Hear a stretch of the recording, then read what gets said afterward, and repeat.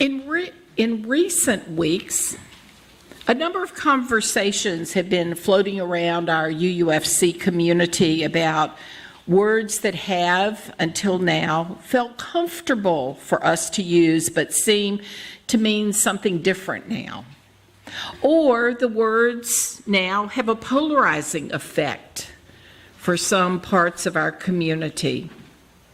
As a congregation that wants to welcome seekers from many backgrounds, it behooves us to consider how what we do and what we say either welcomes people or alienates them.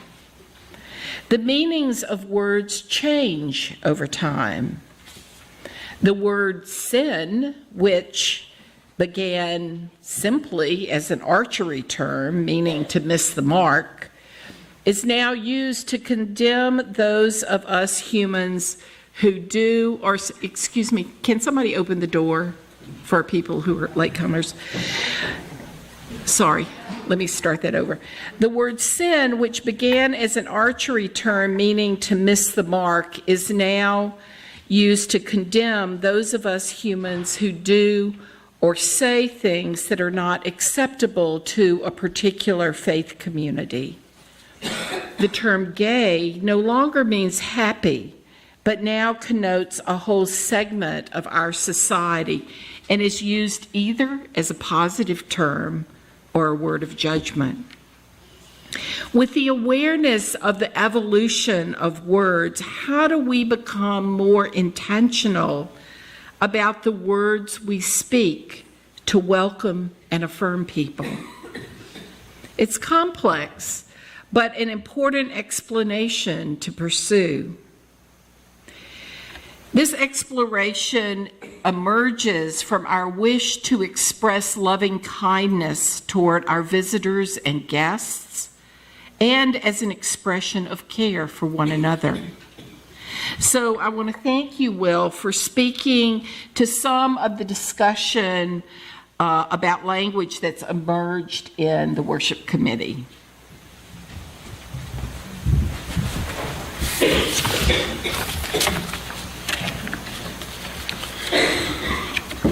Over the last few years, there has been a very passionate and public debate surrounding the use of language in the creation of safe spaces or sanctuaries.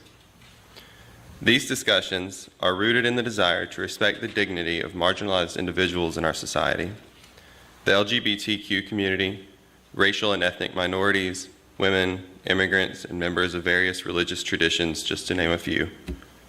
This cultural and political debate can help us to think about the ways that language can include, exclude, comfort, discomfort, challenge, and offend people, both within and outside of a group. Today I wish to discuss our affirmation and what we are saying about ourselves every Sunday morning when we recite it.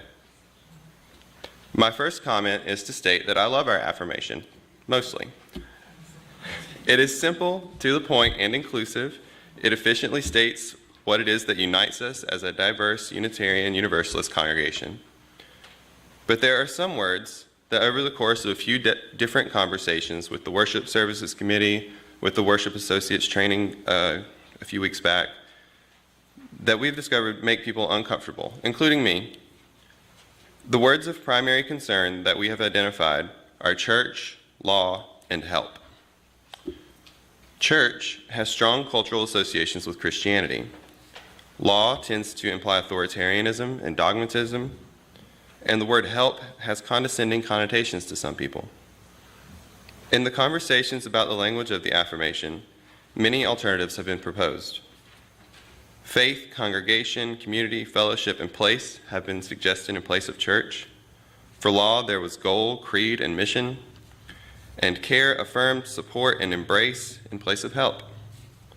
But before we begin deliberating on what words to use or not use, I would like to ask a broader question to help us focus our discussion. The question is, who are we? What does it mean to be a Unitarian Universalist congregation, and what brings us together? How do we see ourselves? I'm sure that we all have our own answers to these questions, and I can only speak for myself and offer my own understanding.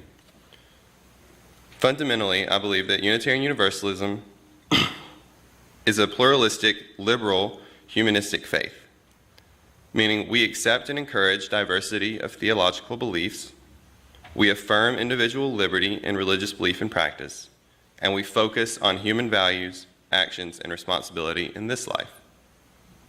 Furthermore, I understand Unitarian Universalism to be in relationship to Christianity as Christianity is to Judaism.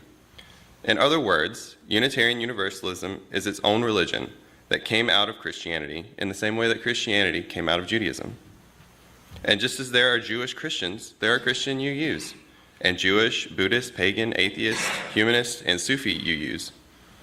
But this faith is not defined or confined by the parent religion or any one theological school of thought. So as a pluralistic liberal faith, what unites us? What brings us together? What do we agree on? This has been the central problem for Unitarian Universalists since before the American Unitarian Association and the Universalist Church of America merged.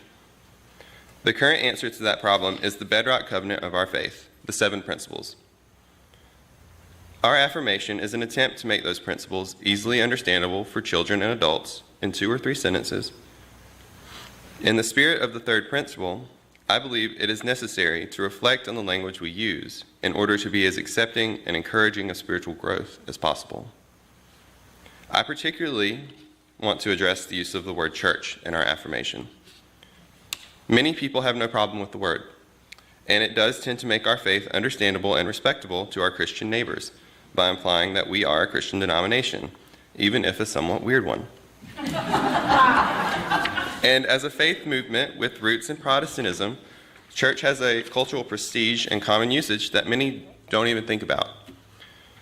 But I would contend that the use of the word is at best misleading and at worst damaging. Many of the people who find their way to Unitarian Universalism, have baggage with Christianity, and I include myself in that. My experience as a gay man raised in Southern Baptist churches, surrounded by anti-LGBTQ bigotry wrapped in Christian dogma, has given me absolutely no desire to be associated with any Christian institution. I know intellectually that Christianity is diverse and bigger than the conservative evangelical churches that dominate the South, but my experience of Christianity has left an incredibly bad taste in my mouth, so to speak, and proclaiming this fellowship a church every Sunday in our unity affirmation is uncomfortable. For me, it's not necessarily a deal breaker to use that word, but for others, it very well could be. So as we consider the uses of language in the creation of sanctuary, I encourage us to reflect on the affirmation of who we are. What is the best way to express who we are as we stand and recite our congregational covenant? How can we be more accepting, encouraging, and decidedly pluralistic with our language? I'll leave you with my suggestion for our affirmation, with thanks to the worship committee and Holly Ulbrich for their suggestion of the word faith. Love is the spirit of this faith, and service is its goal. This is our great covenant, to dwell together in peace, to seek the truth in love, and to care for one another. Can somebody open the door again, please? For those of you who may be new, we are working with our safety committee and the sheriff to figure out the best way to protect people who are here.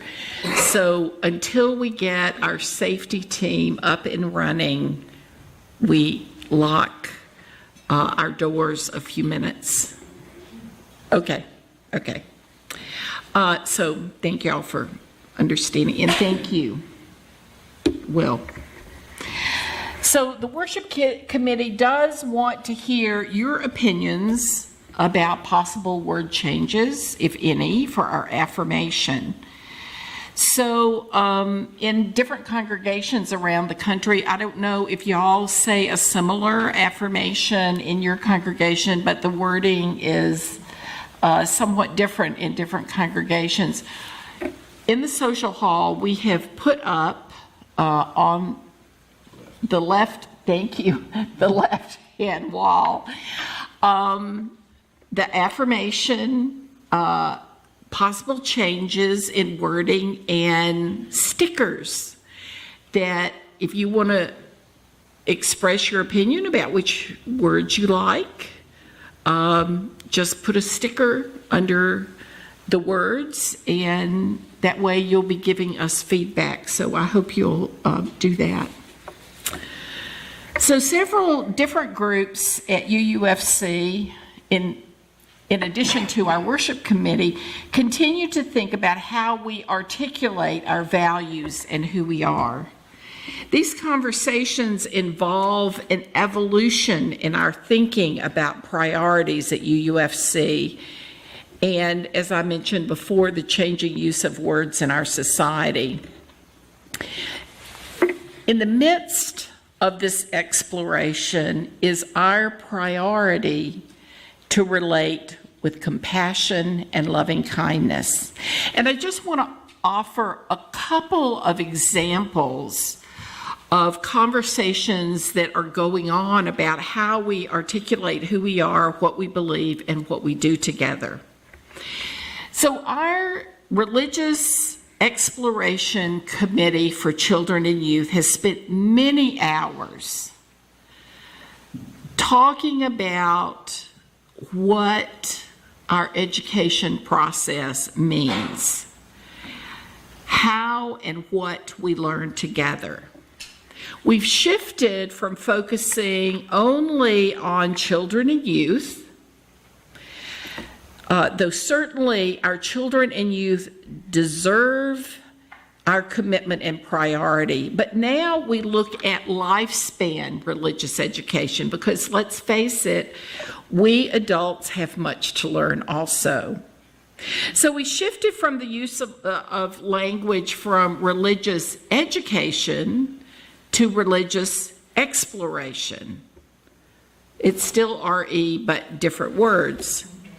As our education exploration leaders have continued to consider the importance of what our members need, the discussion about language has shifted. We don't just educate ourselves and our young people.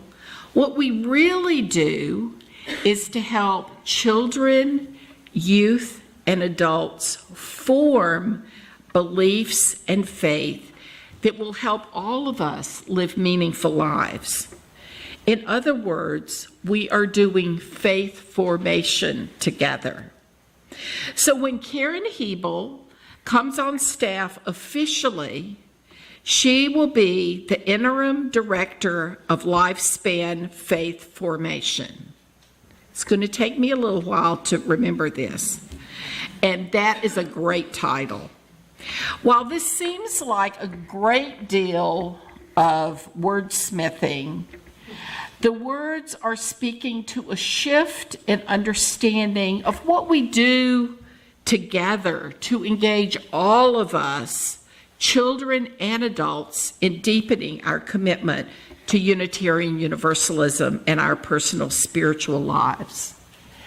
In a similar way, we're examining the reality that some of the traditional words used to explain Unitarian Universalism and our fellowship have now taken on politicized meanings. To truly welcome newcomers to our faith and to our fellowship, do we need perhaps some different words that have more engaging meaning today? For instance, does the word liberal have the same meaning in 2018 as it did more than a century ago when it meant we were a liberal faith in relationship to Christianity? And Will spoke to that some.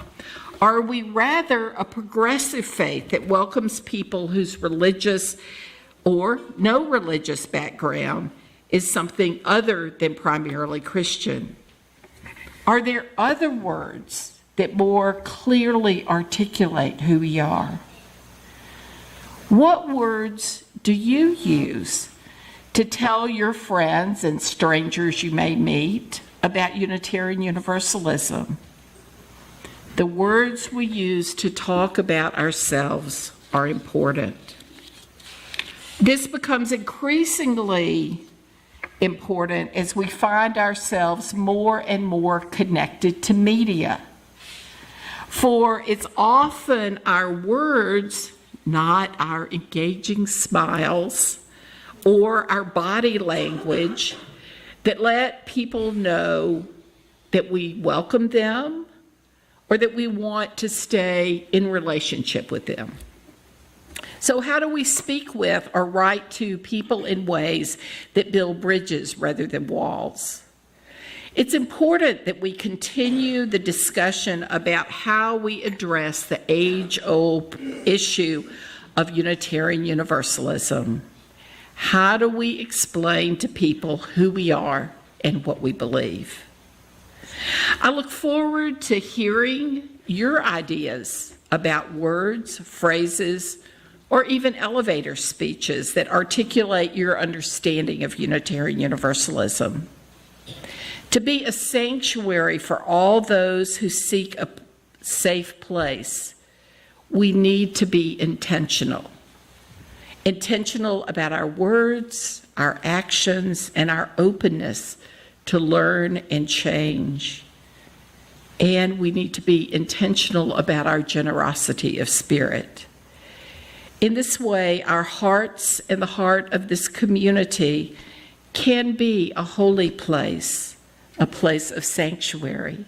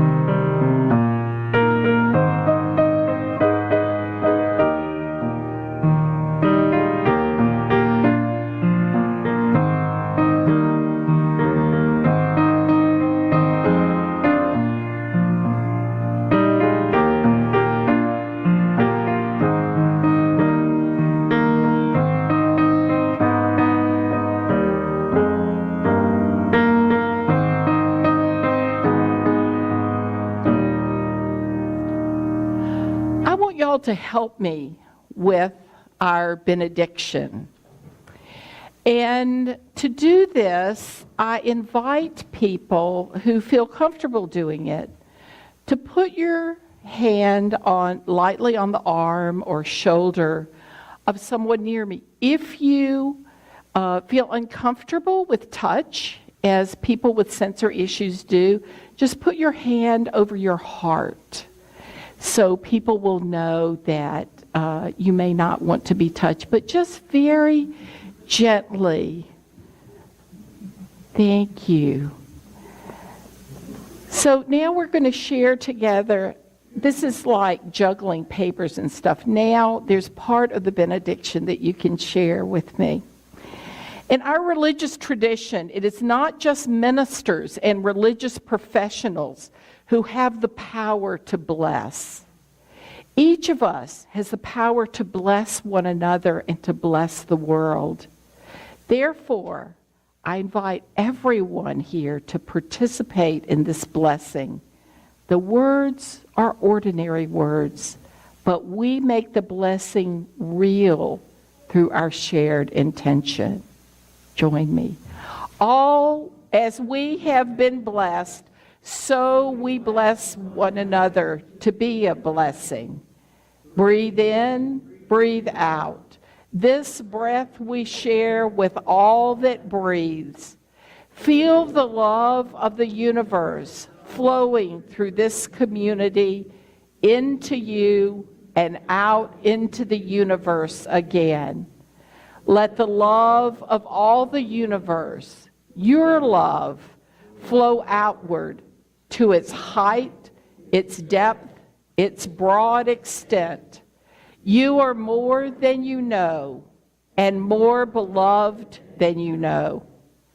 Take up what power is yours to create safe haven, a sanctuary, to make of earth a heaven. Give hope to those you encounter, that they may know safety from inner and outer harm. Be happy and at peace, healthy and strong, caring and joyful. Be the blessing you already are. That is enough. Blessed be. Go in peace.